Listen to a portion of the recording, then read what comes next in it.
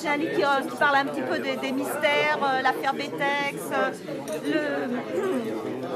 Il y a Jules Verne qui parle de Jules Verne qui met en scène dans son livre Clovis d'Ardentor un capitaine Bugarache qu'il décrit comme une montagne.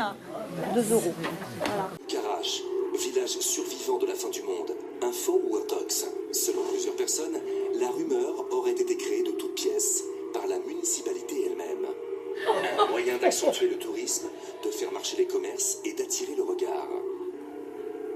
Au fil de l'enquête, on s'aperçoit vite que Bugarache n'est pas un village comme les autres. On nous attend. Tout commence avec les bizarreries d'une église. On ne savait pas. Les personnages des vitraux sont sans visage, comme pour les empêcher de voir ce qui se passe ici.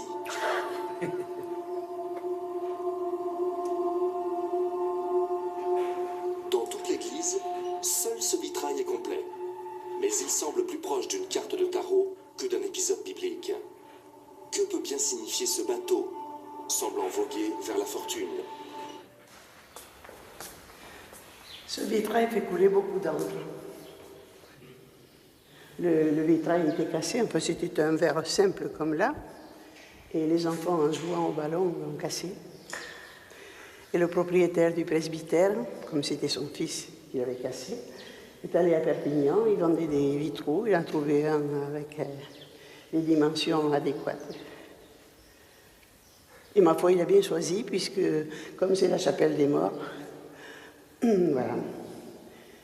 Et comme il y a des gens qui ont de l'imagination, maintenant il se pose des questions aussi pour les autres vitraux, là, qui n'ont pas de visage.